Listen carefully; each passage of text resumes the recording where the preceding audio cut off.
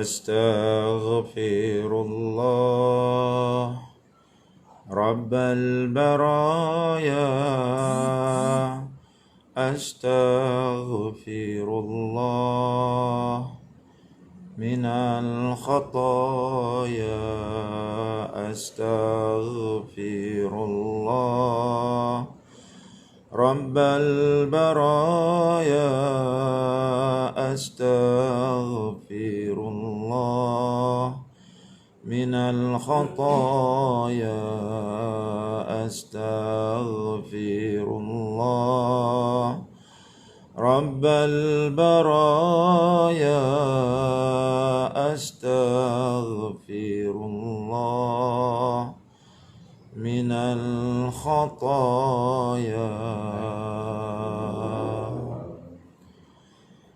Kita buka majlis kita dengan membaca Ummul Kitab Al-Fatihah.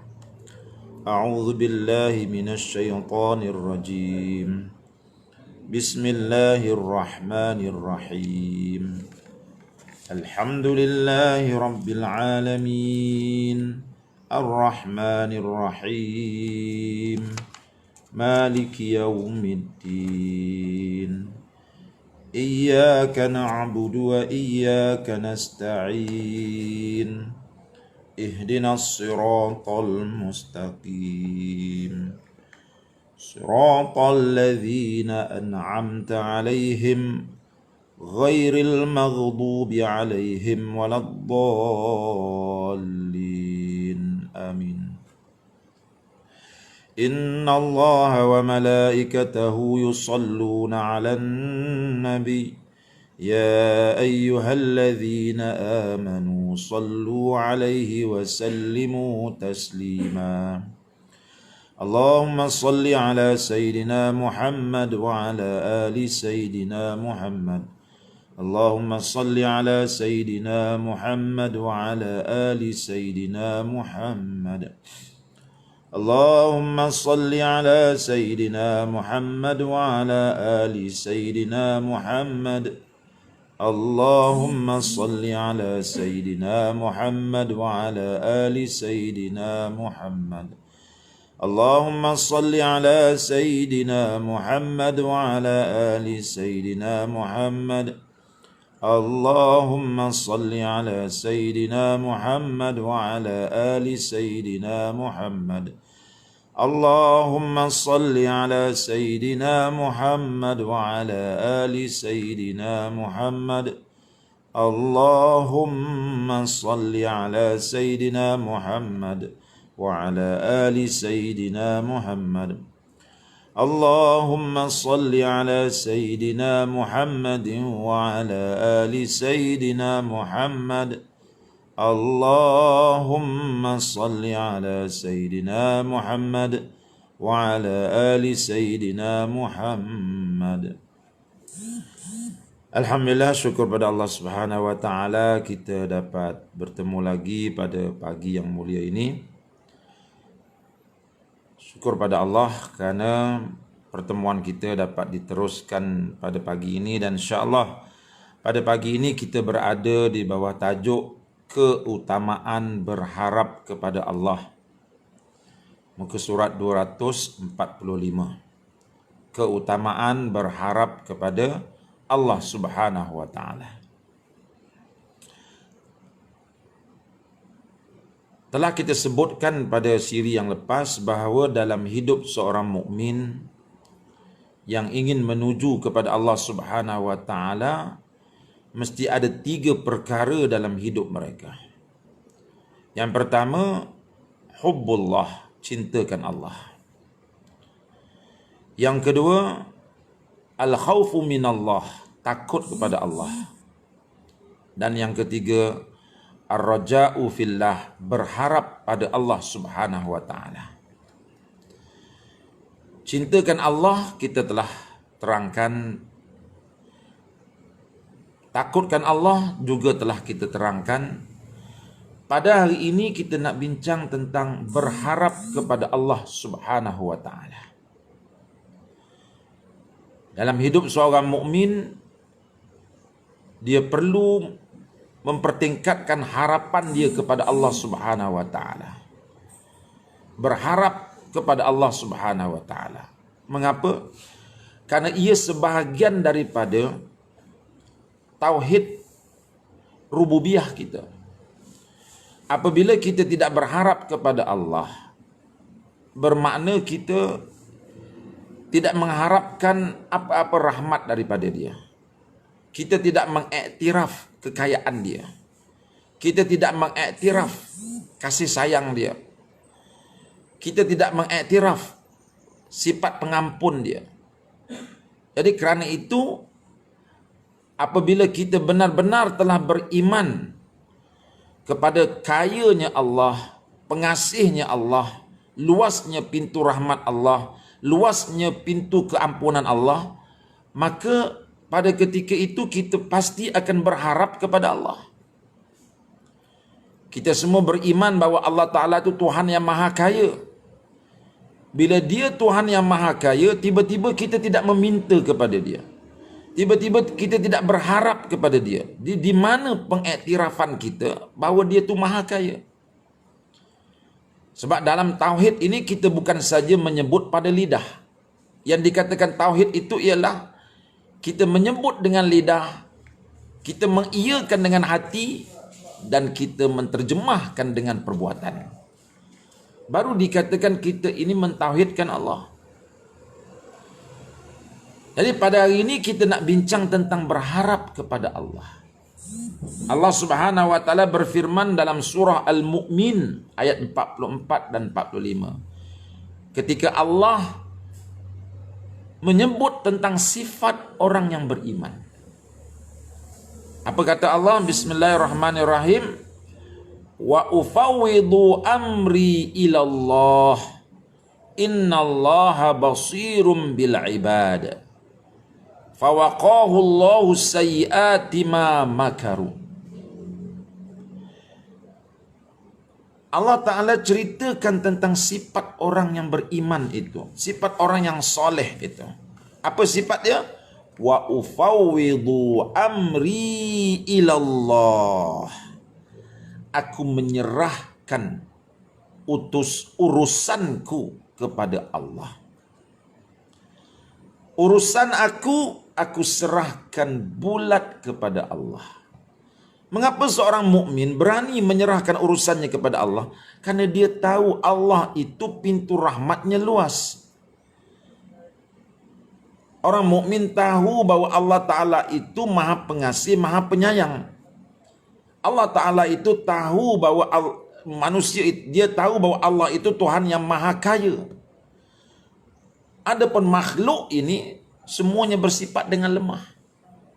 Mengapa dia nak bergantung kepada makhluk? Sedangkan di sana ada tempat pergantungan yang lebih kukuh, yaitu Allah. Kerana itu ketika Allah menyenaraikan sifat orang yang beriman, Allah menyebut orang beriman itu ialah orang yang berkata kepada Allah. Apa katanya? Wa ufawwidu amri ilallah. Aku serahkan urusanku kepada Allah. Bukan dia tidak berusaha, dia tetap berusaha. Tetapi dia tidak meyakini bahawa usahanya itu boleh memberi kesan dan bekas. Usaha itu sebagai asbab sahaja. Usaha itu sebagai asbab, usaha itu sebagai tentera kepada takdir Allah. Usaha yang kita lakukan ialah sebagai tentera, sebagai penolong kepada takdir Allah Subhanahu wa taala. Yang boleh memberi bekas, yang boleh memberi kesan, yang boleh menolong hanya Allah. Tiada yang lain. Yang mematikan ialah Allah, yang menghidupkan adalah Allah. Yang mengkayakan, yang memiskinkan, yang menyenangkan, yang menyusahkan hanya Allah. Begitu keyakinan di dalam hati. Bila keyakinan ini kukuh di dalam hati, maka keluarlah daripada mulutnya, wa ufawwidu amri ilallah. Aku serahkan urusan aku ini kepada Allah. Mengapa? Innallaha basirum bil ibad. Sesungguhnya Allah adalah zat yang maha melihat kepada hamba-hambanya. Aku serahkan diri aku ini kepada Allah, urusan aku kepada Allah. Kenapa? Karena Allah ini tidak ada suatu pun yang boleh terlepas daripada pemerhatian Allah. Kalau aku susah, Allah tahu aku susah. Kalau aku ada masalah, Allah tahu aku ada masalah. Dan yang tahu aku ada masalah itu pula ialah Allah yang bersifat dengan maha agung, maha perkasa, maha pengasih, maha penyayang. Innallaha basirun bil ibad. Tidak ada satu pun makhluk Allah, hamba Allah yang boleh terlepas daripada pengetahuan Allah. Allah tahu aku susah. Allah tahu aku ini ada masalah. Allah tahu. Karena itu aku serahkan urusan aku kepada Allah Subhanahu wa taala. Fawaqahu Allahu sayyiati ma makaru. Maka Allah memeliharanya dari kejahatan tipu daya mereka.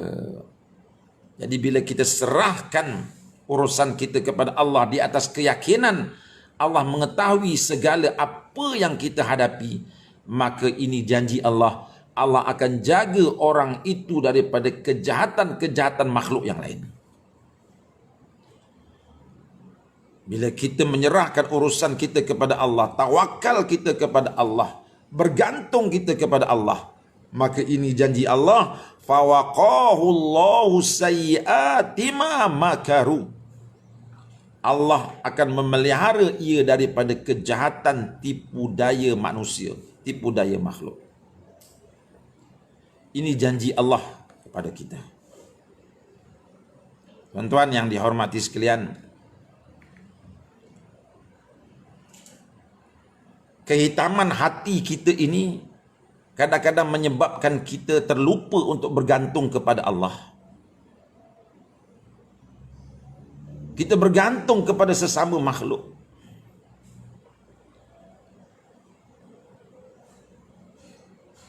Kerosakan hati kita ialah apabila kita meyakini bahawa usaha kita itulah yang boleh memberi kesan, boleh memberi bekas.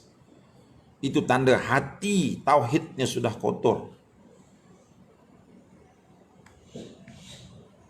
Tauhid yang bersih hanya mengatakan bahawa asbab segala usaha itu hanyalah asbab sahaja. Yang boleh menolong, yang boleh memberi kesan, mengkayakan, memiskinkan, menyakitkan, menyehatkan, itu semua keputusannya Allah.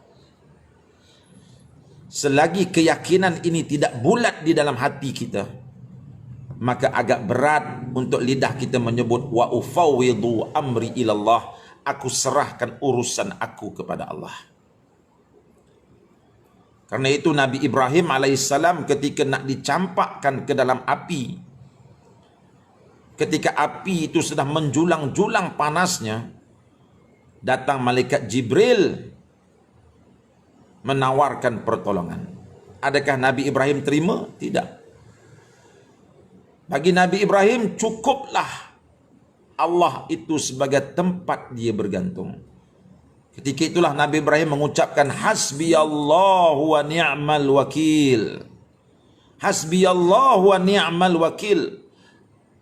Cukuplah Allah sebagai tempat untuk aku bergantung. Tidak mahu dia bergantung kepada malaikat Jibril. Padahal ketika itu Namrud bila-bila masa saja boleh mencampakkan Nabi Ibrahim ke dalam api yang besar itu. Di saat yang genting itu Nabi Ibrahim masih lagi bergantung hanya kepada Allah Subhanahu wa taala. Hasbiyallahu wa ni'mal wakil. Hasbiyallahu wa ni'mal wakil. Ni'mal maula wa ni'man nasir. Ini keyakinan kita. Ini tauhid kita kepada Allah Subhanahu wa taala. Tuan yang dihormati sekalian, mari kita dengar sepotong hadis Nabi SAW. Hadis daripada Sayyidina Abi Hurairah radhiyallahu taala anhum. Anin Nabi SAW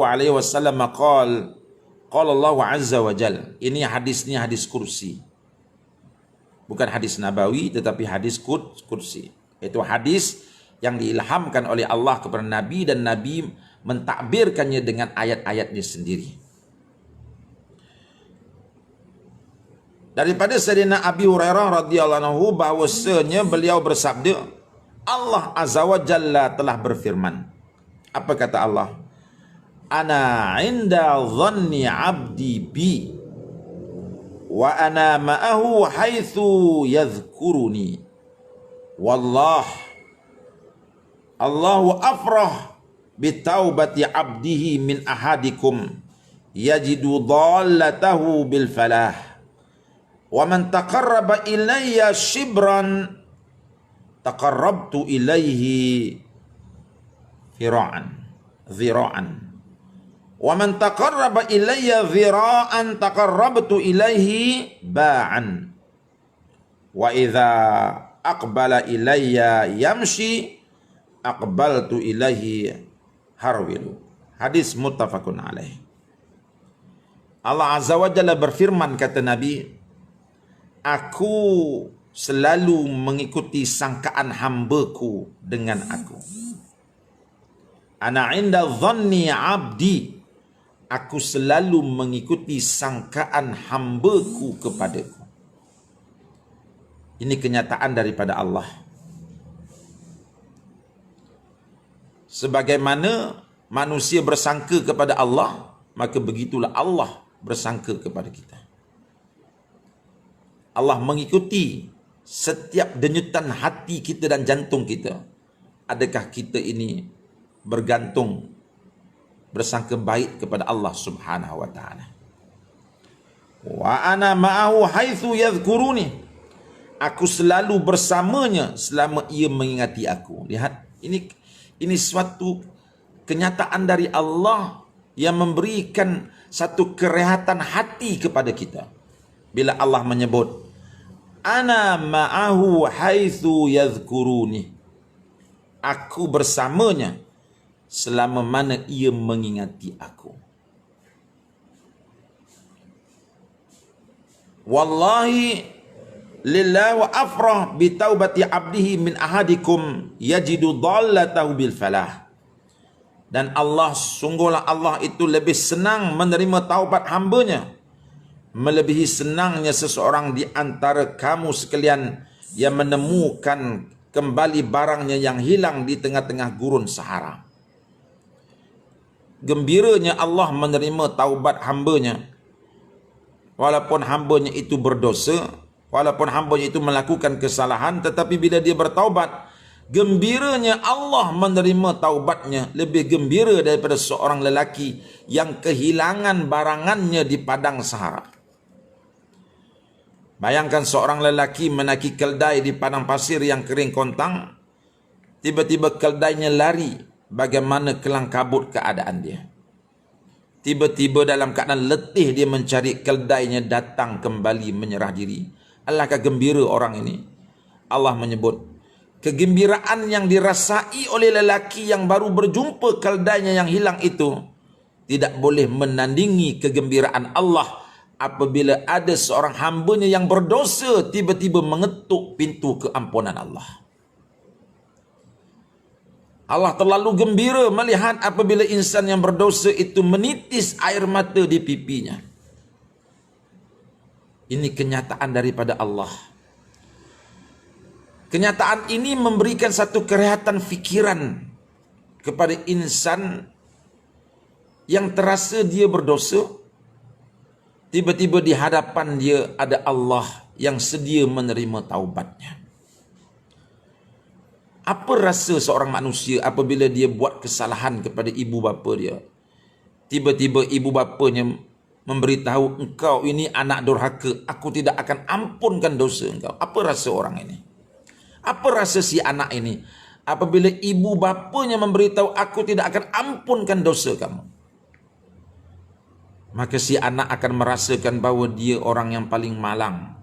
Kehidupannya sudah berada di hujung dunia. Akan timbul rasa putus asa dalam hatinya. Berbagai-bagai rasa akan timbul. Tetapi Allah tidak pernah menyebut demikian. Allah hanya menyebut dia sangat gembira menerima taubat hambanya yang berdosa. Lebih gembira daripada kegembiraan yang dirasai oleh seorang lelaki yang terjumpa keldainya yang hilang di padang pasir Sahara. Inilah sifat Allah. Kalau disebut penyayang, dialah Tuhan yang maha penyayang. Kalau disebut pengampun, dialah Tuhan yang maha pengampun. Kalau disebut kaya, dialah Tuhan yang maha kaya. Kalau disebut bijaksana, dialah Tuhan yang maha bijaksana. Inilah tauhid uluhiyah yang sama-sama kita imani. Mengimani dengan iman yang putus lagi jazam, bahwa Allah itu bersifat dengan segala sifat-sifat kesempurnaan.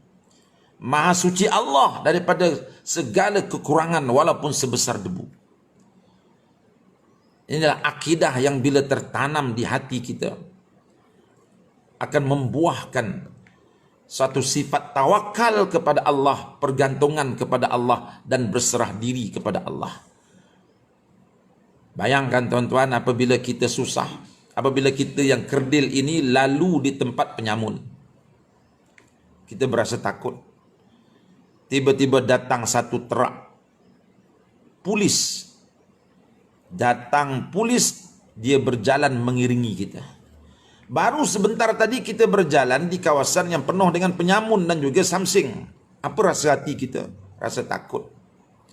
Tiba-tiba satu truk askar polis lengkap dengan senjata jalan mengiringi kita. Apa rasa kita? Kita akan rasa terjamin. Kita akan rasa seronok, selamat kita. Itu baru kita dilindungi oleh askar-askar.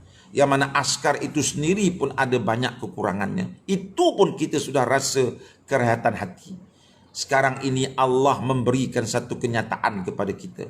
Dia bersama kita. Dia tidak pernah berpisah dengan kita selama mana kita mengingati dia. Apakah belum lagi tercetus dalam hati kita rasa selamat bila kita bersama Allah?